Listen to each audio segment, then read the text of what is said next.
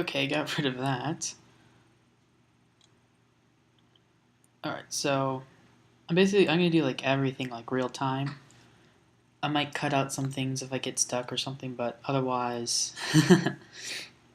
I'll just rough it out. Alright, balance that equation. There we go. So you just finished chemistry 1, you're anxious to do well in the course, blah blah blah. You decide a program to do the balancing for you. Balancing chemical equations, most people should know this. Same number of atoms on the reactants as on the products. And to calculate, coefficient times the number of how many times it appears in the compound.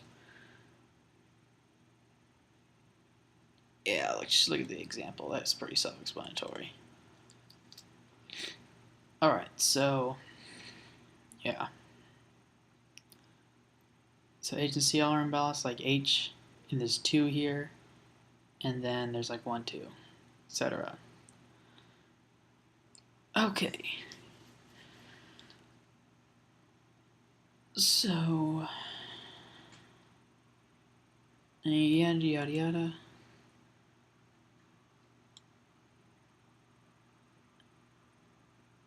It's important to give it in lowest terms. This is the important part here. GCD, or I call it greatest common factor, but I guess it really is GCD, greatest common divisor.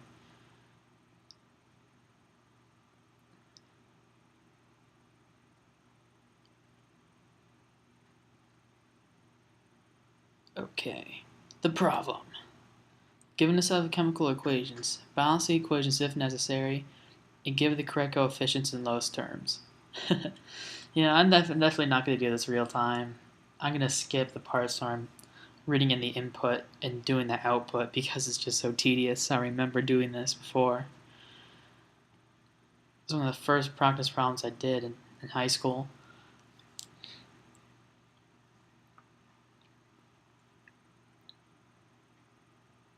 Don't worry about the input-output form too much. Well, if you're writing the contest, do, but I already know the gist of it. Whoa. So it's going to look like that, pretty much. So you have like the subscript, coefficient, etc.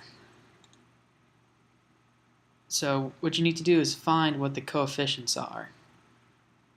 You can't change the subscripts of a compound to be a different thing. So let me go ahead and set up my input. I'll probably skipped when I'm done with that. First,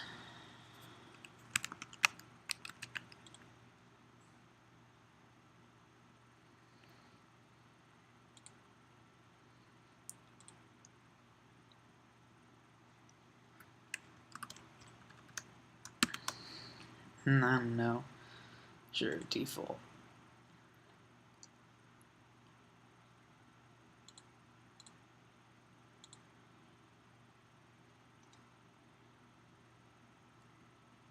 New class. Sorry for not talking too much, but I don't have that much to say.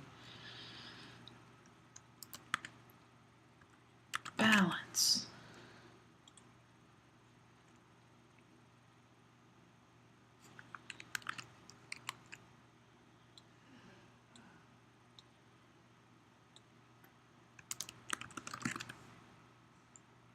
Okay. This will be the sample input and later the judge input. And okay, so actually let me show you. Okay.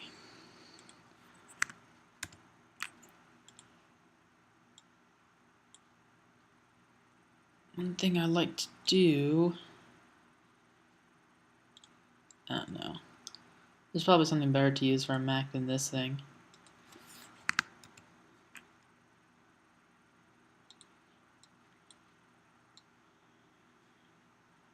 Whatever. Okay.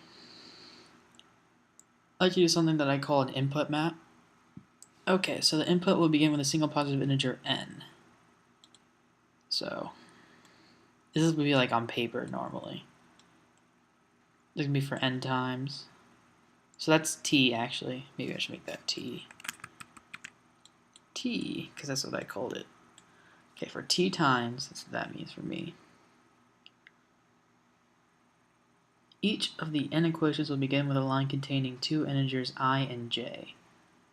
So each n equations, so first you have I and then j,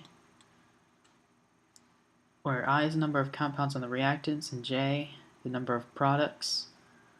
The final line will contain the chemical equation, which will have the form, reactants all the way up to the I reactant, and then product 1 all the way up to the jth product. Okay. So I would usually copy this down, but I'm just gonna go reactant 1 dot dot dot reactant I 2 product 1. There's pluses here. Plus space, plus space.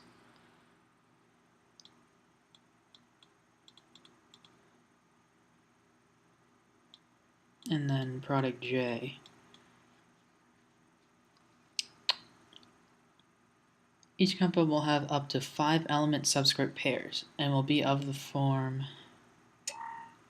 Okay, so this is the actual these compounds. So this is kind of unorthodox now. This is what this is becoming. Each compound will have up to 5 element subscript pairs. It'll be of the form element 1 subscript 1. Okay. Wait. Does it tell? It tells you how many.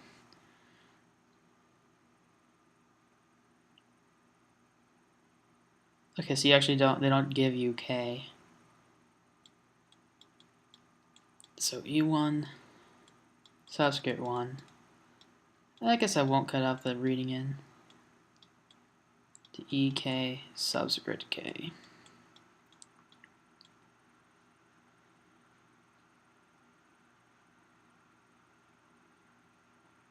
Each element would be one uppercase letter, optionally followed by one lowercase letter. There'll be exactly one space between each element, subscript, arrow, and plus. All health scores are between 1 and 100. Note that all compounds will contain the sum of elements. Note that not all compounds will contain the same number of elements. You are guaranteed, however, that no element will occur more than once on the reactant or product side, and that every element on the reactant side will appear exactly once on the product side. That's pretty important to know. If that wasn't true, then you couldn't really do this question with a GCF. It would be much slower. You're guaranteed that each equation can be balanced. That's also nice. See, when I did it in high school, I actually skipped over that and I tried to find it, the coefficients by just incrementing by 1, and it was really slow, but it was right. It was a mess though, trying to count up by 1 for the coefficients, because they're all integer coefficients, so you could find it eventually if you count up by 1. But that's not what you're supposed to do. Output, no, worry about that later. Okay, so it's important to note here is that in a compound, let's see, input, the thing that tells you that it ends a compound and starts a new one is a plus. That's pretty important. You can tell from the sample input and output. Okay. So you have plus space, then that, and you have ij. Okay, so that's what I would call this input map. This is how would I call this?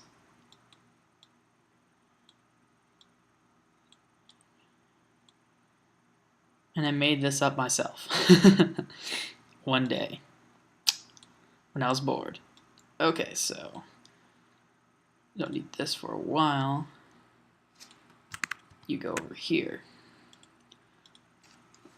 Alright, so you file b.in. I haven't actually made that yet. I'll do that in a second. Okay, so we read in T for the number of times. I think we print out case 1, case 2. Equation 1, yeah, okay.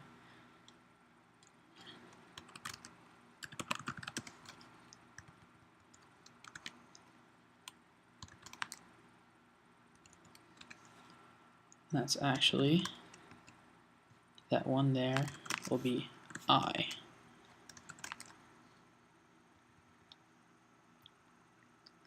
And we'll put other stuff there later.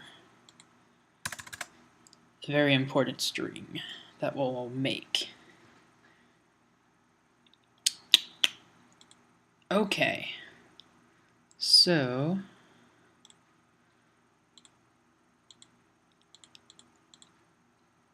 first, instead of I, I'm going to use a G because I already used I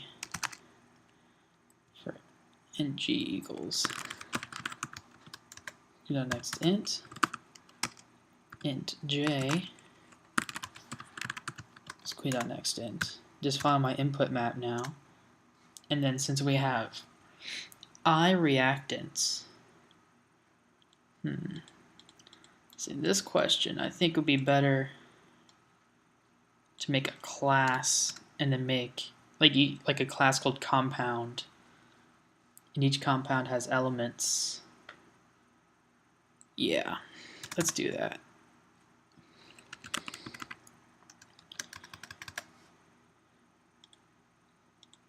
You can't put public if you already have yeah, just don't put public.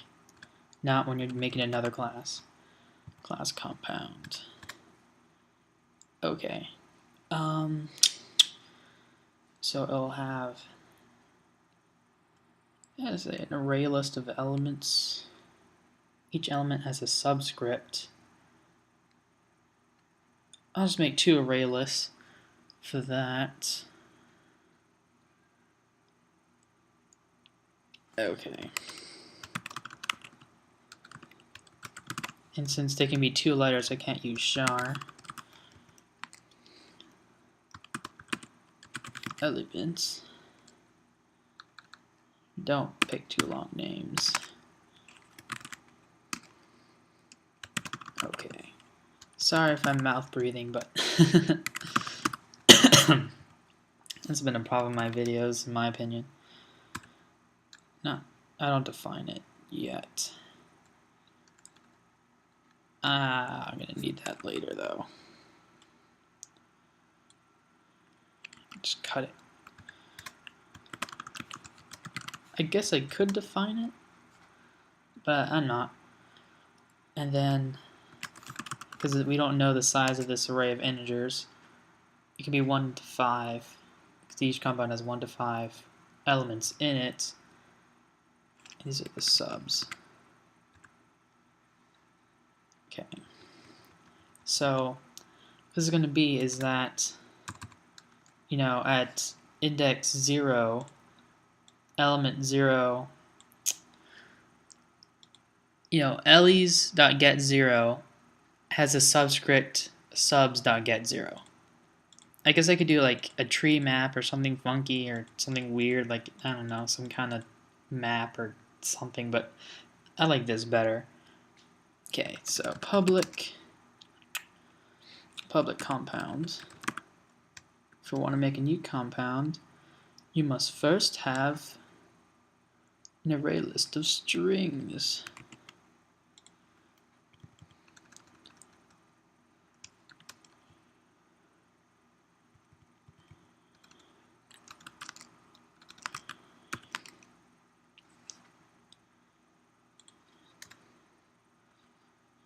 I won't need that soon.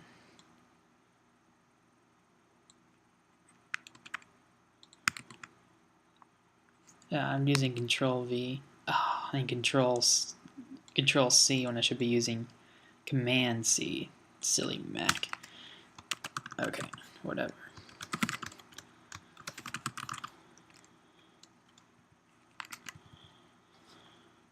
What's wrong with this? Return type for this method?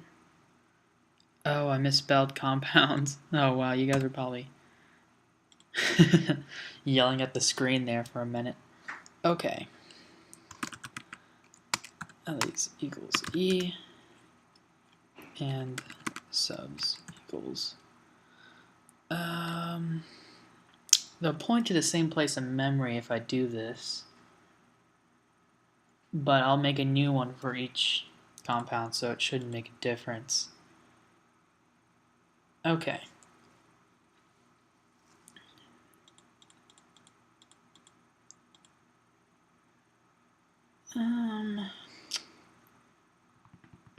And then they'll also have coefficients. Int co.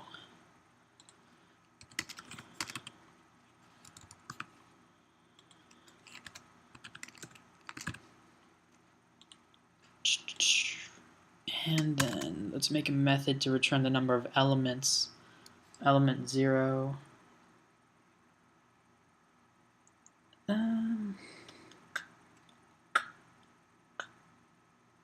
I'll need to loop through every single element in the compound. But I can get how many elements in the compound by doing Ls.size, so that's fine. Alright. Okay, so public get num elements. Get num Ls. I could use capital letters to make that less weird, but I'm not.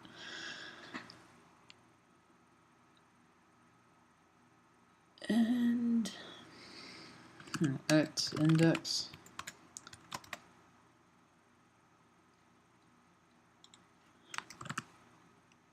I don't think I need to use longs. Let me go back to the question, because I think I might need to use longs for this. Where is that? The bounds. The scroll wheel is just scrolling too fast.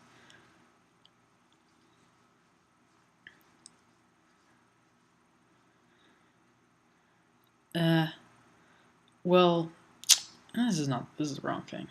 That's 19 minutes, I guess. I'm gonna end this off and split off into a different video now.